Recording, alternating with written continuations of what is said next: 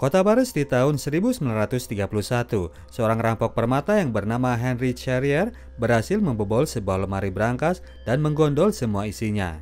Perampok yang akrab dengan panggilan Papi ini langsung setor hasil rampokannya itu kepada seseorang di markasnya di sebuah klub malam, di mana saat itu sedang terjadi penyiksaan terhadap seorang mucikari yang kedapatan habis nyelep uang majikan.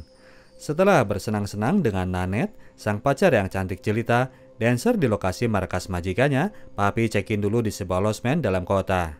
Esok paginya, belum juga Nanette beres nyiapin telur ceplok buat sarapan, kamar mereka sudah digerebek oleh aparat. Papi dituduh telah melakukan pembunuhan terhadap Christo, si mucikari tadi malam. Tidak mampu melakukan pembelaan, Papi akhirnya harus pasrah dimasukkan ke dalam penjara kota.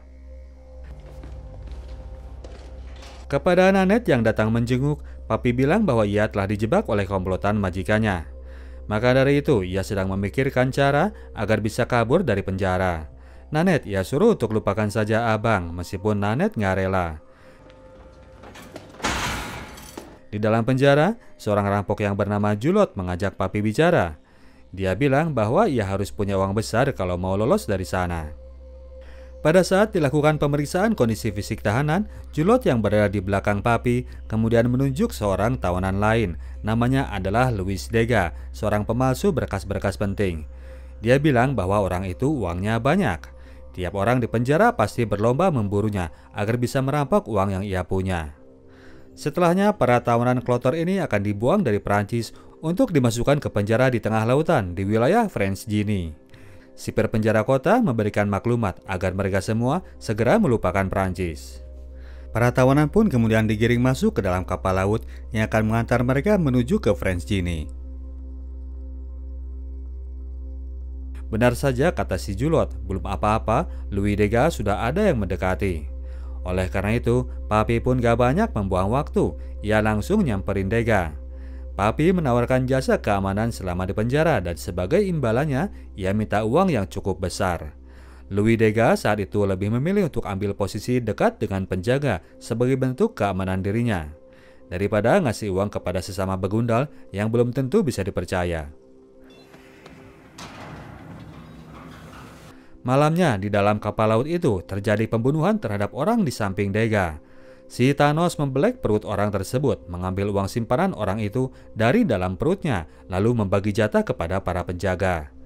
Untuk kemudian si penjaga pun membereskan mayat orang itu dan membiarkan kejadian tersebut seperti tidak terjadi apa-apa. Sadar akan bahaya yang akan mengancamnya, esoknya Louis Degas balik nyamperin Papi. Ia akhirnya menerima tawaran kompatriotnya kemarin. Louis Degas memesan jasa keamanan sampai ia tiba dan settle di penjara. Dia sendiri nggak ada niat untuk kabur karena dia yakin istrinya bisa mengusahakan agar ia bisa dikeluarkan sebelum Natal tiba. Esok malamnya apa yang dikhawatirkan pun terjadi. Si Thanos datang mengendap-endap menuju Degas dan langsung dihentikan oleh Papi. Pisaunya berhasil terlempar dari tangannya. Papi yang lebih lincah ini kemudian menghajar orang tersebut yang tidak mampu melawan karena keberatan pantat. Pisaunya berhasil diambil oleh Degas. Pembantaian itu terus dilakukan sampai akhirnya para penjaga pun muncul dan mereka menyemprotkan uap panas. Thanos berhasil dilukai namun tidak berhasil dibunuh oleh Papi. Para penjaga menyuruh tahanan melepas pakaian. Pisau yang dilepas Degas kemudian diambil oleh Julot.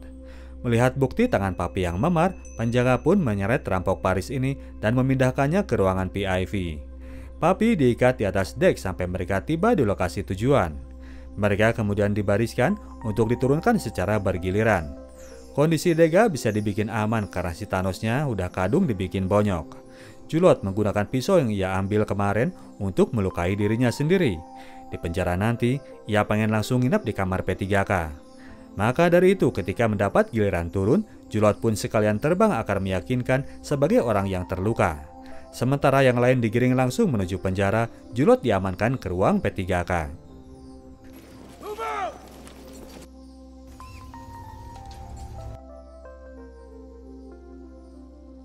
Para tahanan pun digiring masuk ke dalam ruang sel masing-masing dan dicampurkan dengan para warga Latin yang berasal dari French Guiana.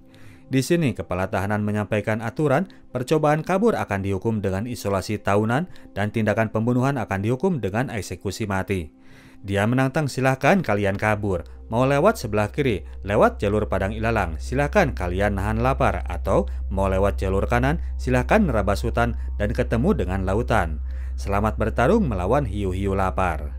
Papi dan Dega dimasukkan ke sebuah bunker besar, digabungkan dengan belasan tahanan lain. Papi langsung mengamati keadaan sekitar. Dia melihat seseorang menyetor uang kepada seorang tahanan lama. Dealer detected. Papi mendatangi orang tersebut dan menanyakan jumlah setoran apabila mereka ingin memesan tugas. Orang tadi langsung ngecas sebanyak 1000 francs. Merasa dikadalin, tapi Papi dan Dega nggak punya pilihan lain. Untuk itu, Dega pun langsung masuk ke toilet untuk membokerkan uang simpanannya. Esok paginya, mereka dibangunkan dengan kehebohan yang terjadi di luaran. Seorang tahanan telah berhasil melarikan diri. Papi menduga bahwa itu adalah si Julot. Rampok pecicilan itu ternyata nggak banyak buang-buang waktu. Para tahanan kemudian dibariskan untuk ditempatkan pada tugas harian masing-masing. Papi dan Dega sudah mau ditempatkan pada tugas yang ringan sesuai dengan pesanan. Namun saat itu tiba-tiba seseorang memanggil Dega. Sipir penjara tersebut yang bernama Santini rupanya punya adik ipar yang jadi korban pemalsuan dokumen hasil kerjaan Dega. Oleh karenanya, alih-alih dikasih kerja yang ringan, Dega disuruh pindah lokasi ke Route Zero. Untungnya penjaga masih menyuruh Papi agar tetap berposisi bersama Dega. Hasil sogokan uang kemarin rupanya nggak percuma. Route Zero ini ternyata sebuah lokasi dengan tugas pekerjaan yang paling berat. Tugas harian di sana adalah untuk mengangkut batu. Dega yang tidak terbiasa dengan kerja berat ini langsung pucat pasi. Beberapa waktu kemudian, fisik Dega makin lama makin ngedrop. Dia nggak sanggup lagi untuk melakukan tugasnya. Hal itu bikin marah kepala kelompok yang menyuruhnya untuk terus berusaha. Come on, push it! Namun Dega sudah tidak bisa memaksakan diri. Dega kemudian curhat kepada Papi bahwa dia mengalami diarrhea yang berarti dia tadi sudah nggak sanggup nahan boker. Simpanan uangnya sudah jatuh di sembarang tempat. Papi langsung berhenti dorong kereta dan mencari lokasi Dega ngemprit sembarangan. Kejadian itu bikin heboh orang sekitar, mereka pun jadi curiga. Sebelum penjaga datang, Papi masih sempat menemukan barang itu. Lalu ia pun menaruh Dega yang sudah tepar tersebut ke atas kereta dorong. Mereka pun kemudian beristirahat. Uang tadi sudah berhasil diamankan oleh Papi. Ia kini sedang menyimpannya di belakang, tapi nanti ia minta Dega yang menyimpannya. Papi nggak nyaman kemana-mana pantatnya diselipin barang. Kedua kriminal ini sekarang sudah saling percaya. Dega kemudian melihat bahwa orang di sebelahnya ujuk-ujuk is dead. Daripada ribut, Cellier si kepala kelompok lebih memilih diam dan membagi jatah roti milik orang tersebut. Karena nggak asik duduk di samping mayat, Dega pun memilih untuk pindah. Di sini, Papi akhirnya bisa bicara dengan Cellier. Obrol punya obrol, ternyata kedua tahanan ini adalah sama-sama mantan perwira angkatan laut. Cellier memberi kode agar suatu saat mereka berlayar bersama. Dia sanggup untuk menyediakan perahunya, asalkan Papi bisa menyediakan fulusnya. Mereka pun akhirnya sepakat. Dega yang lagi duduk sendiri, ia didatangi oleh seorang Latinos yang mengancam agar ia menyerahkan semua uangnya. Papi pun datang untuk membela dan mengusir si Latinos brengos. Penjaga kemudian datang, para tahanan pun disuruh untuk balik bekerja. Saat itu pihak penjara sedang kedatangan rombongan wanita penghibur. Para tahanan disuruh untuk mendorong kereta yang sedang mengangkutnya. Papi kemudian bicara dengan sang mucikari. Dia mau bayar 1000 asal ia dibawa pulang dengan perahu miliknya. Sok-sokan hendak lapor dan berlaga jual mahal, sang mucikari minta 5.000. Kalau Papi mau, 3 hari ke depan ia akan balik. Perahunya akan ia taruh di pinggiran sungai. Selesai bekerja, para tahanan pun langsung pada mandi. Si brengos Latinos tadi datang, menyogok penjaga lalu masuk ke dalam toilet, di mana di situ Papi dan Dega sedang berada. Benar saja, si brengos datang untuk menyerang Dega. Papi pun bertarung untuk membela jiwa kliennya. Mantan perwira itu berhasil menghajar si brengos dan rekan, lalu pergi membawa Dega keluar dari kamar mandi. Ancaman makin deras menghadang mereka. Menyadari bahwa kondisi nggak akan baik-baik saja selama berada di penjara, Dega akhirnya memutuskan untuk ikut kabur bersama Papi. Sidang pembelaan dirinya masih akan makan waktu. Siapa tahu di suatu waktu nanti dirinya lengah dan penjahat akan memanfaatkan peluang tersebut. Suatu pagi para tahanan dikumpulkan di tengah lapangan. Pak sipir telah mempersiapkan acara eksekusi. Seorang tahanan kabur telah berhasil mereka tangkap. Tahanan itu rupanya adalah si Julot yang sempat raib beberapa hari di dalam hutan. Kini dia harus membayar kesalahan yang telah ia lakukan. Julot pun menghadapi eksekusi. Kepalanya putus diganyang pisau gilotin. Pasipir kemudian menunjuk Papi yang ditugaskan untuk mengangkut mayat Julot. Papi pastinya ngajak Dega. Dengan dikawal oleh para penjaga, mereka pun menggotong mayat itu ke dalam hutan menuju sungai. Di tengah jalan, fisik Dega yang cungkring ini sudah tidak sanggup membawa beban. Ia pun ambruk di tengah jalan. Dega sudah tidak berdaya, ia bahkan pasrah saja ketika penjaga menghukumnya dengan cambukan. Kesempatan itu kemudian dimanfaatkan oleh Papi. Dari belakang Papi menghajar kepala si penjaga, lalu ia pun kabur ke tengah hutan. Papi berhasil keluar dari hutan dan terjun ke dalam sungai. Penjaga masih berusaha memburunya dengan tembakan senapan, namun tidak ada satupun dari peluru itu yang mendarat di tubuh Papi. Papi berhasil meloloskan diri. Sementara itu Dega sendiri yang telah ditinggal sohibnya, ia cuma bisa teriak kecewa. Lalu penjaga pun menyeret lagi si tukang tipu ini ke penjara. Ketika hari sudah gelap, Papi pun tiba di ujung sungai, di mana di situ sang mucikari sedang memarkir perahunya. Papi kemudian menghampiri, dia meminta sang mucikari cengli dikit agar mau dibayar belakangan. Berhubung uang miliknya sudah balik dikempit Dega. Yang tidak diduga oleh Papi, ternyata para penjaga sudah bersiaga di lokasi itu. Pasipir telah membayar sang mucikari dengan imbalan yang double agar ia mau menyerahkan Papi. Sang perampok ulung ini kemudian balik diseret ke penjara untuk menghadapi hukuman atas percobaannya untuk kabur. 2 tahun di dalam sel isolasi, di mana di sana hanya sepi yang menemani. Dimasukkanlah Papi ke dalam sel kosong itu dan menjalani waktu demi waktu hanya bertemankan kecoa dan rasa sepi. Konsumsi yang disediakan pun teramat minim, tahanan hanya dikasih kuah kaldu, tanpa karbo atau makanan bergizi lainnya. Penjaga ingin membuat tahanannya ini lemah tak berdaya. Suatu waktu datang para penjaga tersebut dan mencoba melakukan tes fisik terhadap Papi. Penjaga menghajarnya sampai dia tak berkutik. Namun setelah itu, Papi kemudian mendapatkan kejutan. Tahanan yang ditugaskan untuk mengganti ember tiap harinya, dia menyeludupkan bongkahan kelapa ke dalam ember tersebut. Pada tutup ember itu diselipkan pesan bahwa mulai sekarang tiap harinya Papi akan mendapat kiriman kelapa. Papi senang membaca pesan tersebut. Dengan nikmat dia pun melahap buah kelapanya. Dega yang telah mengorderkan pesanan tersebut mendapat asupan gizi yang cukup. Fisik Papi mulai sedikit bergairah. Dia pun terus menggenjot fisiknya agar tetap pada kondisi prima. Namun suatu hari tiba-tiba sang penjaga yang curiga, dia menemukan bongkahan kelapa itu dari dalam ember. Penjaga yang mengirimkan pesanan itu dihajar sampai mati. Berhentilah paket kiriman sembako itu akan datang ke tahanan Papi. Malamnya, Pasipir turun langsung menemui dirinya. Pasipir menanyakan siapa yang telah mengirimkan pesanan kelapa. Namun tentu saja Papi tutup mulut. Akhirnya ia pun diganjar hukuman tambahan, cuma dikasih setengah porsi kaldu saja. Badannya yang sebelumnya sudah mulai segar, kini mulai kering kembali. Makin lama fisik Papi pun makin melemah. Dia sampai tidak sanggup untuk memesan mode cukuran rambut tiap kali jadwal cukuran tiba. Suatu hari Pasipir datang lagi menjenguknya, kali ini dengan bingkisan sup yang berisi daging. Papi dipersilahkan menikmati suguhan tersebut, namun tetap dengan satu syarat, ia harus ngasih tahu orang yang telah memesankan kelapa. Antara sadar dan tidak, Papi tidak menjawab pertanyaan Pasipir. Akhirnya Pasipir memutuskan untuk ngasih bonus tambahan hukuman. Atap ruangan sel Papi akan ditutup, tahanannya dibiarkan untuk hidup dalam kegelapan sampai mampus. Waktu pun berlalu, Papi menjalani hukuman dengan kondisi yang benar-benar sepi. Kesadarannya kini mulai terganggu. Papi sering dihinggapi halusinasi. 2 tahun sudah waktu dijalani di dalam ruang isolasi. Kini penjaga pun mulai memeriksa sel tahanan itu.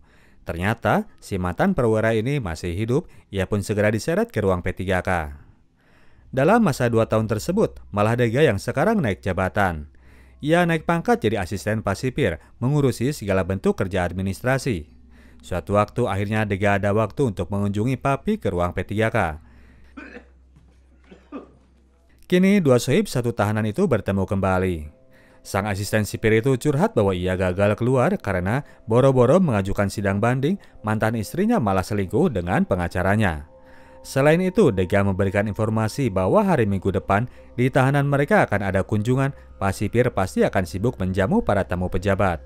Suasana bakal rame, itu adalah kesempatan yang baik untuk kabur dari penjara. Seliar ternyata masih eksis menjadi tahanan. Papi bilang bahwa orang itu siap menyediakan perahu asal ada yang memodali.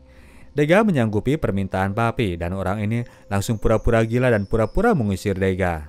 Sementara Dega keluar dari kamar perawatan, Papi mendapatkan perawatan dari petugas medik. Ia diberikan obat penenang. Papi pura-pura menelan pil tersebut, yang mana sebetulnya pil itu sejak kemarin ia kumpulkan untuk ia jadikan sebagai senjata. Saat itu di dalam lokasi puskesmas sendiri, si tawanan yang disuruh menjadi penjaga lagi ngebet kepada seorang tahanan baru. Orang itu seringkali mencoba merayu, namun saat ini ia masih belum berhasil menaklukkannya. Papi kemudian mendekati si penghuni baru, dia mengajaknya untuk bekerja sama. Maturet seorang itu, ia minta agar nanti melayani keinginan si penjaga, dengan imbalan ia akan diajak dalam rencana pelariannya. Saat si penjaga lengah, mereka akan menghajarnya dari belakang dan kabur. Orang baru ini menerima ajakan Papi. Beberapa hari kemudian, Dega menggiring Selier masuk ke lokasi puskesmas agar orang ini bisa berada satu lokasi dengan Papi. Selier sengaja melukai tangannya sendiri agar dimasukkan ke lokasi tersebut. Papi pun telah siap dengan orang ajakannya. Maturet diperkenalkan kepada semuanya. Selier minta setengah uangnya saat itu juga. Papi segera mengajak Dega untuk ngobrol secara private. Dega sendiri agak curiga melihat kelakuan Selier, namun pada akhirnya ia tetap memberikan uang DP-nya. Sebelum pergi, Papi sempat memberikan pil-pil penenang yang telah ia kumpulkan kepada Dega. Di malam itu, Papi dan kawan-kawan langsung bergerak untuk melakukan rencananya. Dega tengah berada bersama para penjaga di tengah lapangan. Mereka sedang menggelar misbar nonton film King Kong produksi 1933. Berperan sebagai pelayan, Dega memasukkan serbuk pil pemberian Papi untuk ia tebar kepada semua penjaga. Sementara itu, di dalam ruang perawatan sendiri, si penjaga yang horny lalu diajak mojok oleh Maturet. Saat itulah Papi dan Selier beraksi. Mereka mempersiapkan tongkat pemukul. Saat si penjaga lagi asik meremblek, Papi dan Selier datang dan memukulnya dari belakang. Maturet yang emosi, ia pun ikut menghajar si predator, namun karena berisik, penjaga pun jadi ngeh dengan keributan itu. Mereka kemudian naik ke atas untuk memeriksa, tapi karena sudah puyeng, belum sempat dijotos, mereka pun langsung pada tepar. Di area misbar, Dega sudah hendak naik ke kantor sipir untuk mengambil kunci gerbang, namun Santini tiba-tiba memanggilnya. Ia meminta Dega untuk turun melayani pas sipir dan para tamu. Sementara itu, Papi dan kawan-kawan sendiri sudah siap untuk kabur. Mereka masih menunggu Dega datang dengan kunci. Tidak lama kemudian, hujan tiba-tiba datang. Gelaran misbar itu beneran jadi acara gerimis bubar. Orang-orang jadi pada melipir. Dega jadi kesulitan untuk mengambil kunci. Tidak lama kemudian, listrik pun padam. Selier jadi stres sendiri karena Dega nggak kunjung tiba. Dia mengajak Papi untuk meninggalkan Dega. Papi tidak mau meninggalkan temannya, lagian cuma dia yang megang uang buat pelunasan perahu. Namun tidak lama kemudian, orang yang ditunggu tiba. Dega datang dengan sebuah kunci. Bukan kunci pintu gerbang yang sedianya akan diambil, namun kunci menuju pintu menara. Mereka pun masuk menuju menara dan untungnya listrik masih padam sehingga penjaga di atas tidak bisa melihat mereka. Cara untuk keluar dari menara adalah dengan melompat. Satu persatu dari tawanan pun bergiliran menjatuhkan diri keluar. Tinggal Dega seorang yang masih takut-takut. Dega akhirnya meloncat, namun posisi jatuh yang salah membuat engkelnya terkilir. Saat itu listrik sudah mulai menyala. Mereka tidak ada waktu untuk slow dikit. Dega pun mereka bantu agar bisa segera bergerak menjauhi lokasi. Para tawanan telah berhasil masuk ke dalam hutan dan di suatu lokasi, beberapa orang tiba-tiba mencegat dan menodong mereka. Mereka itu adalah orang kenalan Selier yang sedianya mereka akan menyediakan perahu. Mereka meminta uang pelunasan. Dega memberikan uang terakhirnya dan diantarlah komplotan tawanan ini menuju lokasi perahunya terparkir. Dengan bersemangat, mereka pun mendorong perahu itu ke perairan, lalu mereka segera menaikinya dan berlayar menuju masa depan penuh harapan.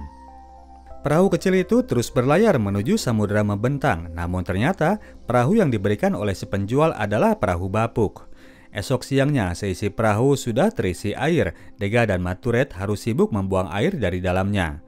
Keadaan kemudian diperparah dengan copotnya baling-baling perahu. Selier menilai bahwa perahu itu keberatan penumpang. Dia kemudian mengusulkan kepada Papi agar salah seorang di antaranya dikorbankan. Selier menunjuk Dega yang dituduhnya telah memperlambat gerak mereka. Papi tidak mau ada yang dikorbankan. Dia ingin semuanya bisa lolos dan selamat.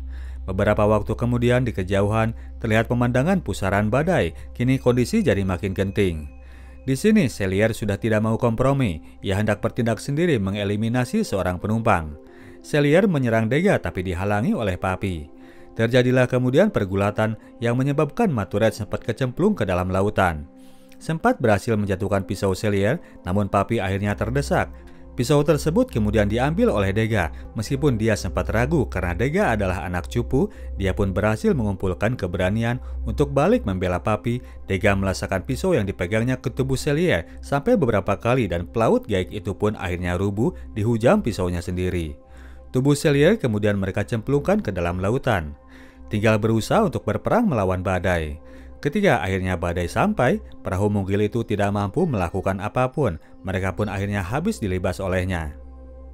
Beberapa waktu kemudian, Papi tersadar dari pingsannya. Dia sudah berada di sebuah lokasi yang asing. Tempat itu adalah pondokan sebuah suku primitif di wilayah Kolombia dan Papi cuma berada seorang diri. Ia pun mencari-cari ke sekitar dan bertemu dengan seorang biarawati. Mereka pun berbincang. Ibu biarawati memberikan info bahwa kedua teman Papi ikut ditemukan. Mereka sedang berada dalam perawatan. Ibu biarawati ini menyatakan bahwa ia sudah tahu asal-muasal ketiga orang ini. Untuk itu ia meminta mereka agar segera berinsaf. Papi lebih fokus kepada temannya. Ia kemudian mencari ke ruang rawat. Degas ia temukan dalam kondisi kakinya sudah diurus, namun temannya ini sudah tidak mau kabur lagi. Sementara itu Papi sendiri yang curiga sama Bu biarawati, ia tetap memutuskan untuk lanjut kabur. Papi pun pergi seorang diri. Good luck, Matured. Di jalan menuju keluar dari pemukiman, sebuah mobil van terlihat datang sedang bergerak menuju arah pemukiman. Papi langsung balik untuk mencari Degas. Ia pun mengajak temannya untuk segera kabur. Mobil itu memang sengaja datang untuk menjemput mereka. Matured yang coba lari akhirnya mati di tangan penjaga. Papi dan Degas sendiri tidak berhasil pergi jauh-jauh. Mereka sudah kadung dikepung oleh aparat. Bu biarawati ternyata sudah melaporkan keberadaan mereka kepada pihak polisi. Dia pun berpesan agar Papi dan Degas insaf dan menyelesaikan hukuman mereka agar diampuni oleh Tuhan. Sebagai konsekuensi dari percobaan kabur yang kedua, Papi harus menghadapi hukuman yang berat, 5 tahun dikurung di ruang isolasi. Hari itu adalah hari berakhirnya hukuman Papi. Orang ini hanya satu dari sekian orang yang mampu bertahan menjalani hukuman tersebut. Pak sipir sampai turun langsung untuk melihat kejadian itu. Karena dinilai sebagai napi yang bandel, Papi kemudian tidak dikembalikan ke ruang tahanan semula. Ia akan diasingkan menuju ke Pulau Iblis, sebuah pulau karang tempat pengasingan tahanan khusus. Mereka pun berlayar dan tiba di lokasi itu. Sebuah penjara yang dijaga oleh tebing batu yang curam dan hamparan laut yang luas. Sampai di sana, para tahanan yang rata-rata udah pada sinting langsung menyerbu Papi. Mereka mengiranya sebagai makhluk halus yang baru tiba dari kahyangan. Para penjaga yang cuma datang sesekali itu kemudian melemparkan persediaan logistik untuk menjadi santapan para tahanan. Namun dari semuanya yang tidak diduga oleh Papi, ia kembali ketemu dengan Degas. Sobat satu selnya itu ternyata sudah duluan settle di sana 3 tahun sebelumnya setelah Degas kelar menjalani isolasi selama 2 tahun. Degas di penjara ternyata sudah asik sendiri. Dia berperan menjadi tukang masak dan sibuk menjadi pelukis. Dinding penjara habis ia dekorasi dengan sapuan cat hasil kelihayan tangannya. Tidak lupa ia melukiskan sosok Papi lengkap dengan tato papilon yang bertengger di dada. Melihat kondisi Papi yang pucat pasi, Degas segera menyiapkan makanan untuk membugarkan kondisi fisik sohibnya itu. Hari demi hari dilalui, para penghuni di penjara ini tidak dibebani dengan pekerjaan macam-macam seperti di penjara sebelumnya. Kerjaan mereka hanya nangkring dan memandangi pemandangan samudra. Namun pikiran Papi sudah langsung fokus untuk mencari cara kabur. Tantangan dalam menaklukkan penjara ini adalah untuk bisa turun menuju laut. Apabila bisa turun dengan selamat, berikutnya adalah tantangan melintasi samudra. Sementara Degas disibukkan dengan kerjaan lukisnya, pikiran Papi masih terus terhadap pelarian. Suatu hari, Papi yang biasanya kebluk ini, dia bangun pagi. Dia sedang menikmati pemandangan sunrise lalu menemukan sebuah ide. Papi langsung membangunkan Degas. Dia menuturkan pemikirannya untuk memanfaatkan arus ombak surut di pagi hari. Mereka harus bikin semacam rakit, lalu mereka lemparkan ke lautan. Nantinya ombak surut akan mendorongnya balik ke daratan. Degas terkesan mendengar ide tersebut. Mereka pun bersiap untuk menjalani misi mereka yang terakhir. Papi dan Degas membuat rakit pelampung dari karung goni yang diisi dengan buah-buah kelapa. Pagi itu mereka langsung membawanya ke pinggiran tebing. Seperti halnya rakit, orangnya pun harus mau terjun ke dalam air. Melihat ketinggian tebing yang begitu curam, Degas jadi ragu dengan keselamatan dirinya. Fisiknya yang ringkih ditambah dengan engkel kakinya yang gak balik normal, membuat Degas harus mengambil sebuah keputusan. Degas berpikir realistis, kali ini ia tidak akan ikut kabur bersama Papi. Sekarang ini, besarnya keinginan Papi untuk bisa bebas sama besarnya dengan keinginan Degas untuk tinggal selamanya berada di sana. Degas sudah kadung betah berada di penjara itu dengan proyek lukisannya. Kedua sobat ini pun terpaksa harus berpisah. Setelah melemparkan satu rakit pelampung, Papi pun nyusul loncat menuju lautan. Beberapa waktu kemudian sudah terdengar teriakannya. Papi sudah berada di atas pelampung itu dan berlayar menuju ke tengah samudra. Loncat ke tahun 1969, seorang Henry Papillon Charrier yang sudah berumur lanjut, ia terbang menuju kota Paris. Papi rupanya telah selamat melakukan pelariannya dan kini ia telah tinggal di Venezuela dan memiliki keluarga. Dia datang ke Paris untuk mempublish buku memoir pengalamannya selama berada di dalam penjara. Bagi dirinya, sangat penting bahwa ceritanya bisa dipublis di negara Prancis. Setelah memberikan semua berkas yang telah ia susun, Papi pun langsung balik lagi menuju kampung halamannya yang baru. Tidak lama kemudian, buku tersebut beredar dan berhasil menjadi bestseller Prancis selama 21 minggu. Berkat terbitnya memoir tersebut, Menteri Kehakiman negara Prancis kemudian mengizinkan Papi untuk balik ke Prancis dan merehabilitasi namanya sebagai napi korban salah tuduhan. Henry Charrier sempat balik lagi ke negara Prancis sebelum akhirnya ia meninggal dunia pada tahun 73 di kota Madrid. Oke, demikianlah ceritanya Bro dan Sis. Kita tim Sinotok cabut dulu. Sampai jumpa di video kita selanjutnya. Ciao.